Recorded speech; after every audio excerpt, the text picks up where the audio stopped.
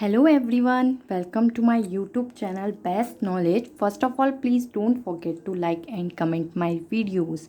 So आज हम पढ़ेंगे बीएससी थर्ड सेमेस्टर में मैथ्स में फ़र्स्ट बुक अलजेब्रा, जिसके काफ़ी सारे लेक्चर्स हो चुके हैं। अगर आपको मेरे प्रीवियस के लेक्चर्स देखने हैं तो डिस्क्रिप्शन में जाकर देखिए, मैंने वहाँ पर उसकी बनी बनाई प्लेलिस्ट का लिंक डाल दिया है।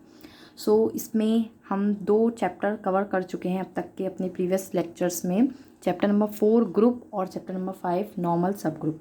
अब हमारा चैप्टर नंबर 6 चल रहा है रिंग्स। चैप्टर नंबर 6 चल रहा है रिंग्स।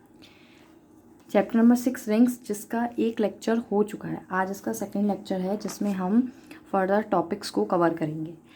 फर्स्ट ऑफ ऑल, अगर आपने मेरे प्रीवियस के लेक्चर्स नहीं देखे हैं तो प्लीज़ देख लें, बिकॉज़ ये जो लेक्चर है प्रीवियस के लेक्चर से काफ़ी रिलेटेड है और आपको प्रीवियस के लेक्चर्स देखने के बाद ही ये चैप्टर के टॉपिक्स समझ में आएंगे, क्योंकि ये जो चैप्टर है पीछे वाले चैप्टर से काफ़ी कनेक्ट करता है।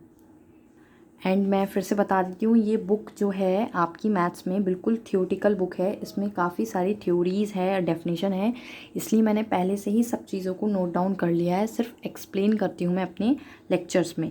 अगर मैथमेटिकल होती तो मैं उसको लिखकर एक्सप्लेन करती, बट थ्योरी बहुत है, इसलिए मैं सिर्फ और सिर्फ आपको ओरली एक्सप्लेन करती हूँ और सब कुछ पहले से नोट डाउन कर लेती हूँ। और साथ ही साथ मैं एक बात बता देना चाहती हूँ, अगर आपको ग्रेजुएशन के थर्ड सेमेस्टर के या किसी और सेमेस्टर के फिज़िक्स और केमिस्ट्री के भी लेक्चर्स चाहिए तो आप मेरे चैनल पर जाकर देख लें, आपको वो भी मिल जाएंगे। Let's start. First of all हम पढ़ेंगे सब रिंग्स। सब रिंग्स क्या होते हैं? मैंने यहाँ पर उसकी डेफिनेशन नोट की है। Any non empty subset of a ring. Any non empty subset of a ring. Ring मैं बता चुकी हूँ रिंग क्या होती है। तो यहाँ पर है कि कोई भी नॉन एम्प्टी सेट है रिंग का आर प्लस डॉट, इसका मतलब होता है रिंग में 2 ऑपरेशन लगे हैं, multiplication operation of addition operation, ठीक है, एडिशन और multiplication operation is called a subring of ये if S plus dot is a ring. It means अगर कोई भी नॉन एम्प्टी सबसेट है रिंग का, वो सब रिंग कहलाएगा। कब कहलाएगा? जब इफ़ का मतलब होता है IFF का मतलब होता है इफ़ ओनली इफ़, नेसेसरी और सफिशिएंट कंडीशन दोनों दिखानी है। S plus dot is a ring, जब एस प्लस डॉट भी क्या होगी? एक रिंग होगी।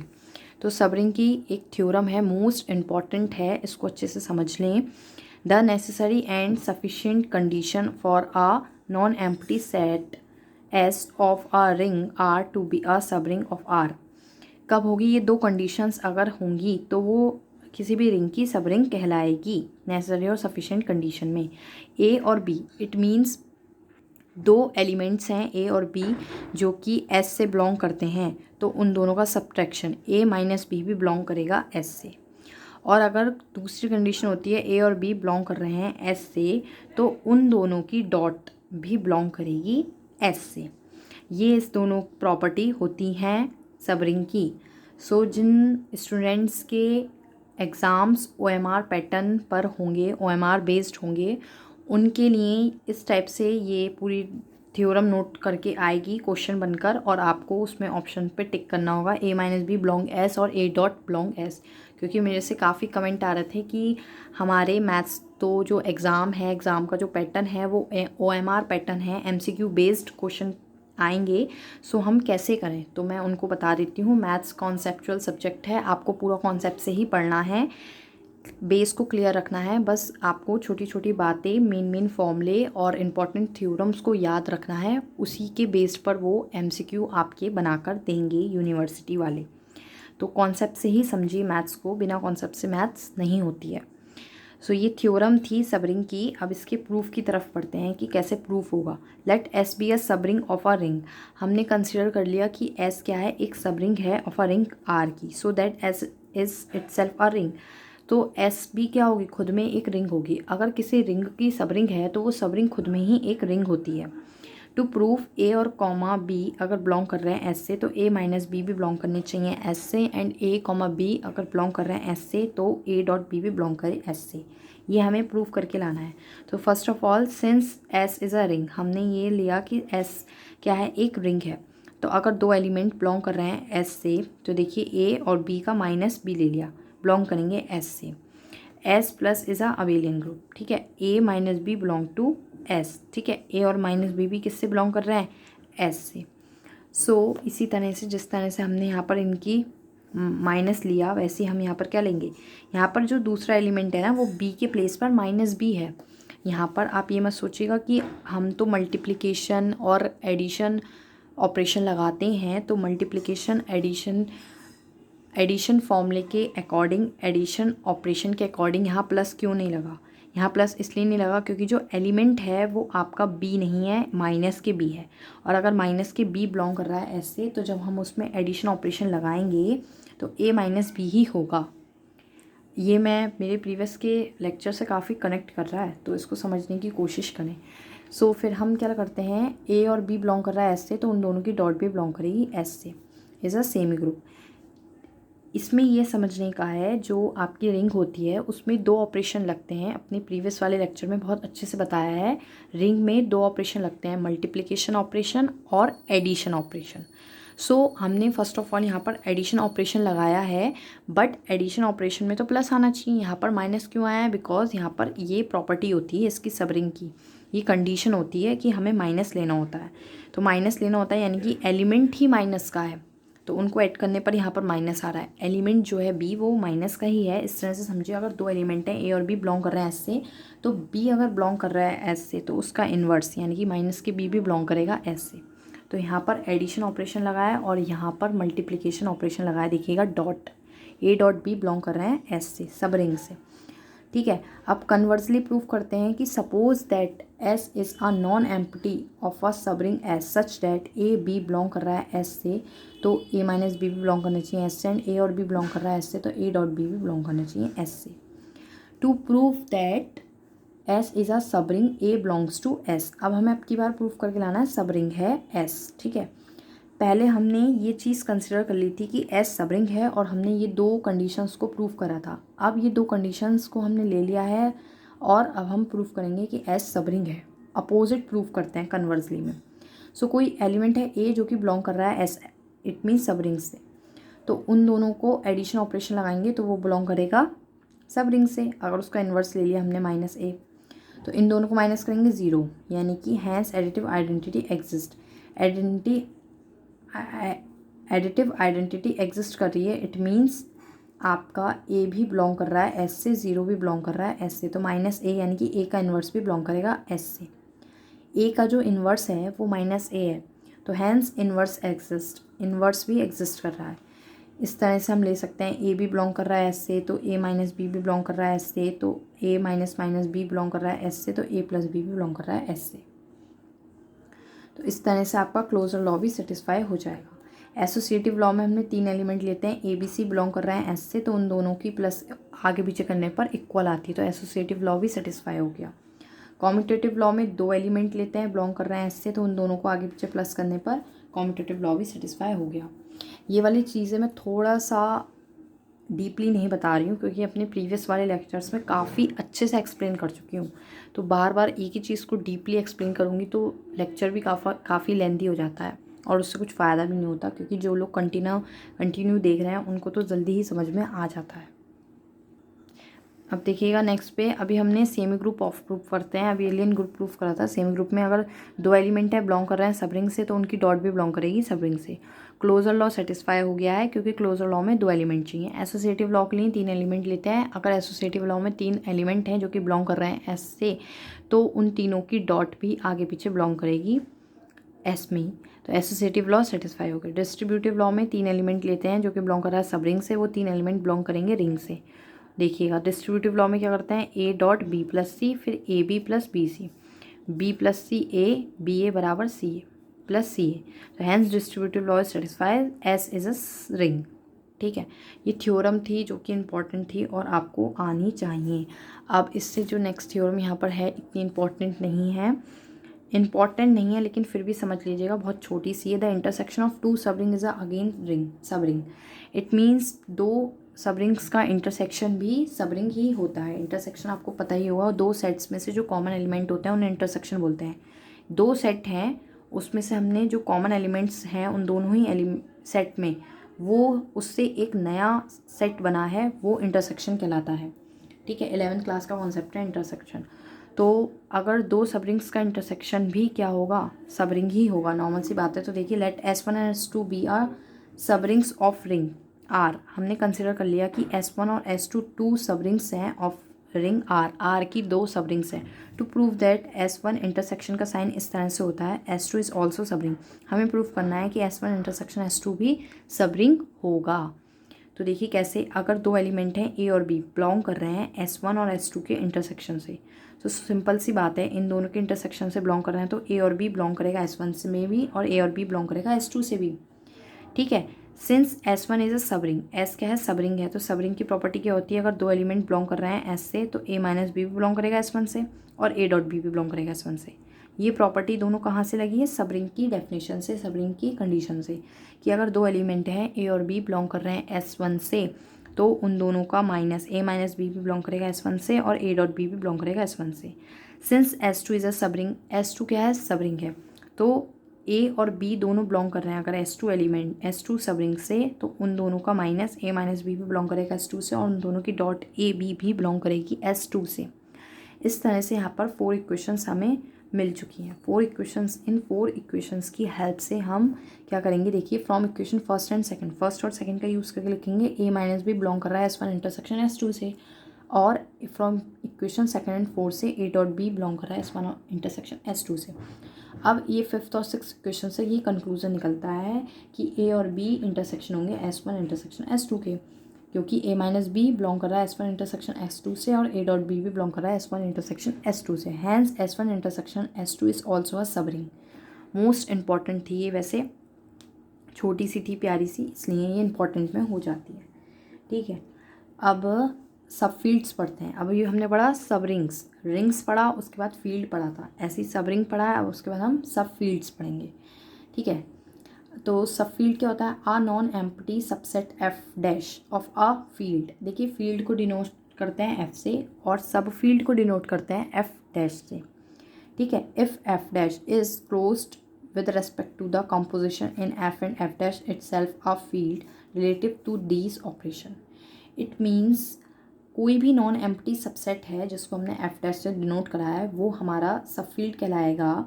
किसी भी फील्ड का, कोई भी फील्ड का सब फील्ड होता है। ठीक है, if F dash is closed with respect to the composition in F and F dash itself a field, field में ही, खुद में ही, वो जो सब फील्ड होती है वो खुद में ही एक फील्ड होती है रिलेटिव टू द ऑपरेशन। जो फील्ड में ऑपरेशन लगे हैं वही सेम ऑपरेशन सब फील्ड में लगे हों तो कहना है close with respect to the composition in relative to these operations.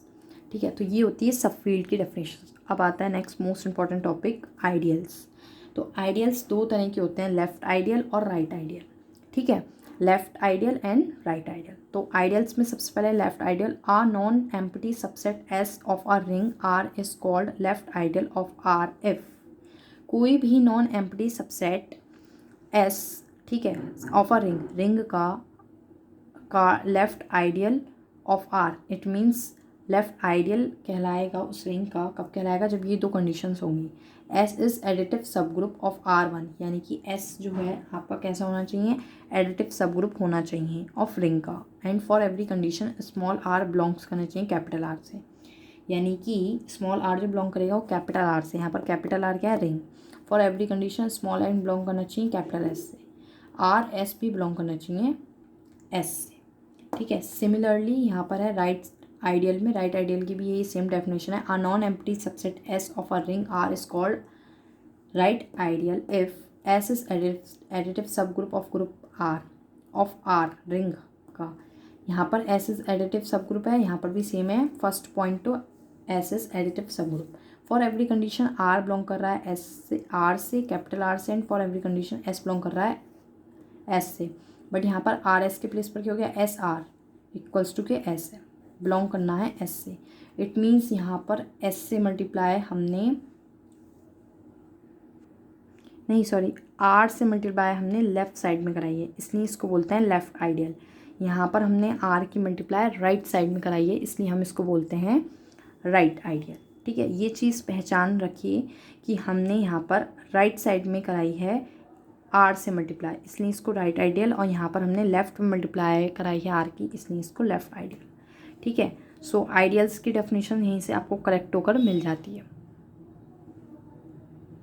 Next page पर देखते हैं एक इससे related theorem, the intersection of any two left ideals is a left ideal. वही बात आ रही रिपीट होके कि दो लेफ्ट आइडियल का इंटरसेक्शन भी लेफ्ट आइडियल ही होता है। देखिए इसका प्रूफ, लेट प्रूफ देखिए, let S1 and S2 be two left ideals. S1 and S2 हमारे पास दो लेफ्ट आइडियल हैं, so S1 and S2 are additive subgroup होना चाहिए, और R बिलोंग कर रहा है अगर S से तो S बिलोंग कर रहा है कैपिटल S1 से, तो R S भी बिलोंग करना चाहिए S1 से, और साथ ही साथ अगर R बिलोंग कर रहा है S से, S बिलोंग कर रहा है S2 से, तो R S भी बिलोंग करना चाहिए S2 से। इट मीन्स यहाँ पर दो लेफ्ट आइडियल्स थे ना S1 एंड S2, तो अलग अलग कंडीशन में दिखा दिया है, S1 को भी और S2 में भी। ठीक है, तो आर एस जहाँ हम देख सकते हैं आर की लेफ्ट में मल्टीप्लाई कराई है, तो S1 से भी बिलोंग करना चाहिए और S2 से। To prove that S1 intersection S2 is left ideal, intersection of two subgroup is a subgroup of are. ठीक है, हम ये बात जानते हैं, इसकी थ्योरम मैं आपको प्रूफ करवा चुकी हूँ अपने प्रीवियस के लेक्चर्स में, कि इंटरसेक्शन ऑफ टू सब ग्रुप, दो सब ग्रुप का इंटरसेक्शन भी सब ग्रुप ही होता है किसी रिंग का। तो अगर आर बिलोंग कर रहा है रिंग से, तो हमने कोई एलिमेंट लिया ए जो कि बिलोंग कर रहा है S1 इंटरसेक्शन S2 से, तो आर अगर बिलोंग कर रहा है रिंग से, तो वो एलिमेंट अगर इन दोनों के इंटरसेक्शन से बिलोंग करता है तो S1 में भी बिलोंग करेगा और S2 में भी बिलोंग करेगा। सो आर ए बिलोंग कर रहा है S1 में और आर ए बिलोंग कर रहा है S2 में, तो आर ए बिलोंग करेगा S1 इंटरसेक्शन S2 में। बहुत सिंपल सी थी। ठीक है, तो OMR पैटर्न पर आ सकती है ये थ्योरम लिख के, the intersection of any two left ideal is a left ideal. Option दे देंगे बहुत सारे, आपको टिक करना होगा, R A belongs to S1 intersection S2, इस तरह से ये आएगा। अब आते हैं आपके proper and improper integrals. Proper and improper integrals क्या होते हैं? लेट आर प्लस डॉट, इसका मतलब होता है कोई रिंग है जिसमें एडिशन और मल्टीप्लिकेशन ऑपरेशन लगा है, be a ring. Let R be a ring, the ideals R and 0 are called improper or trivial ideals of R other than these two ideals is called a proper. It means the ideal R, ideal जो होंगे हमारे R के, वो क्या होंगे and 0 के, R called improper और trivial, improper को ही trivial बोलते हैं, of R other than these two ideal is called a proper, उसके सिवा हमारे कैसे कहलाएंगे? improper, proper और non trivial ideal of R। ठीक है, इस तरह से ये इसकी डेफिनेशन थी प्रॉपर एंड प्रॉपर आइडियल्स की। उसके बाद मोस्ट इंपॉर्टेंट टॉपिक यहाँ देखिए, division ring. What is division ring? A ring R with at least two elements is called a division ring or a skew field if it first has unity, it's such that each non-zero element possesses multiplicative inverse. It means a ring R with at least two elements, एक ऐसी ring, division ring कौन सी? एक ऐसी ring जिसमें at least to element हों। कितने हों? Two elements हों। कैसे? इस फील्ड इफ़ इट, दो कंडीशंस हो, हैज़ यूनिटी, उसमें यूनिटी हो, is such that non zero element possess multiplicative inverse, और दूसरा कैसा हो? नॉन ज़ीरो एलिमेंट जो पोसेस कर रहा हो मल्टीप्लिकेटिव इनवर्स को। ठीक है, इसे ही बोलते हैं हम डिवीज़न रिंग। सो OMR पैटर्न में ये डेफिनेशन आएगी, तो डिवीज़न रिंग में आपसे ही पूछ लेंगे how many element in division ring, तो आपको लिखना होगा, उसमें लिखा होगा टू एलिमेंट्स, यहाँ पर 2 1 2 3 उसमें पॉइंट्स दे रखे होंगे, आपको 2 टिक करना होगा क्योंकि इसमें लिखा है एटलीस्ट 2 एलिमेंट तो हों ही डिवीज़न रिंग में। तो आपको वहाँ पर ऑप्शन दे देंगे how many elements in division ring, तो आपको टिक करना होगा 2। ठीक है, बाकी जिन बच्चों के एग्ज़ाम सब्जेक्टिव होने हैं उनके में तो ये पूरी डेफिनेशन आ सकती है। ओके, फर्दर टॉपिक्स देखते हैं। Principal ideal. So what is principal ideal? An ideal S of a ring R is called principal ideal. कोई भी आइडियल एस एक रिंग की प्रिंसिपल आइडियल कहलाएगी। कब कहलाएगी? जब if it is generated by a single element, वो केवल और केवल सिंगल एलिमेंट से जनरेटेड होगी। सो देखिए कितने इंपॉर्टेंट है वाली, जनरेट करेगी सिर्फ और सिर्फ जब सिंगल एलिमेंट को, तभी वो कैसी कहलाएगी? Principal ideal.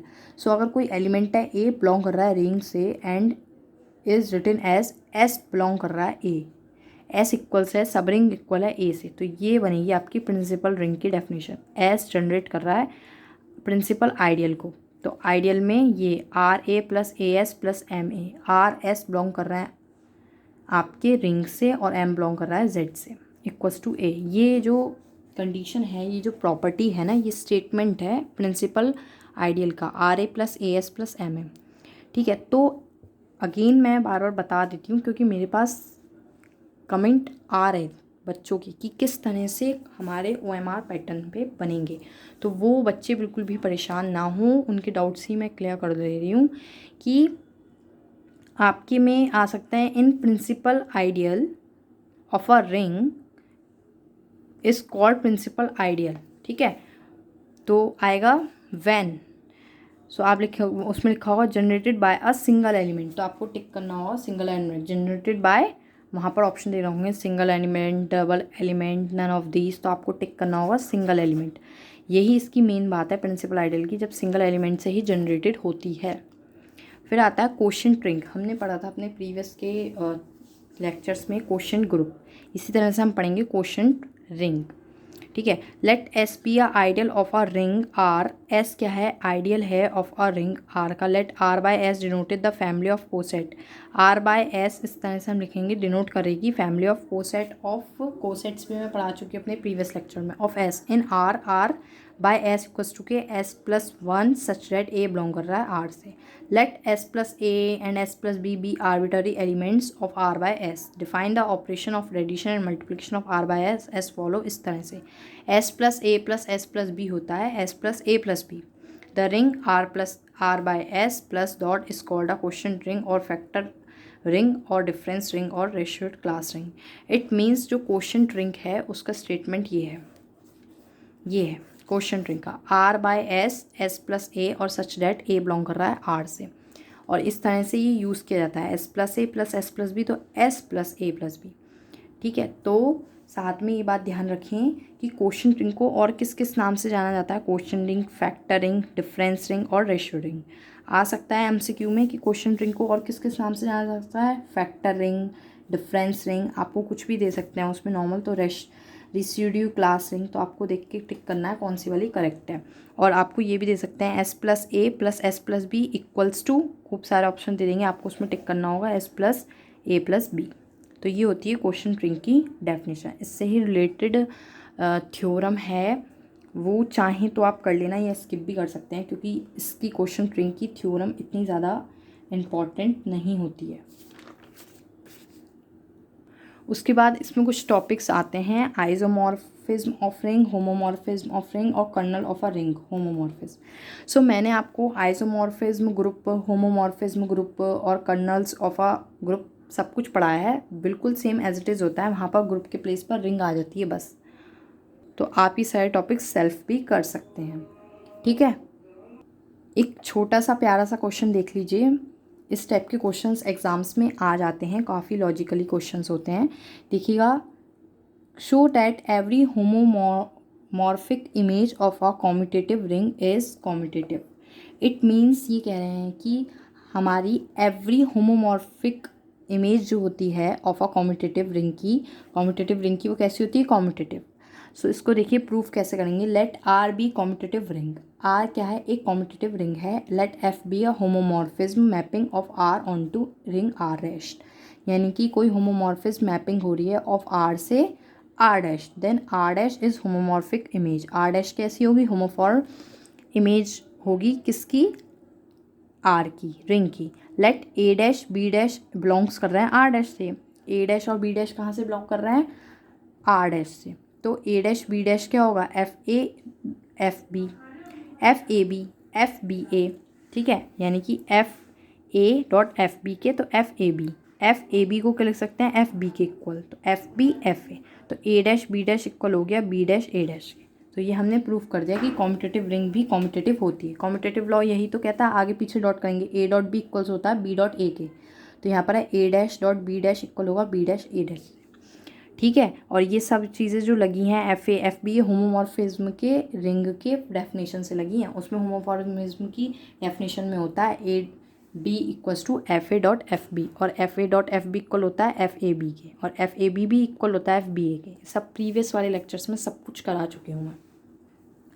So I think friends आपके सब कुछ क्लियर हो गया होगा, लेकिन फिर भी अगर कोई डाउट्स हैं तो मुझे कमेंट बॉक्स में ज़रूर बताएं, मैं वो सारे क्लियर कर दूँगी। Thank you friends for watching my video. Please share, like and comment more more more.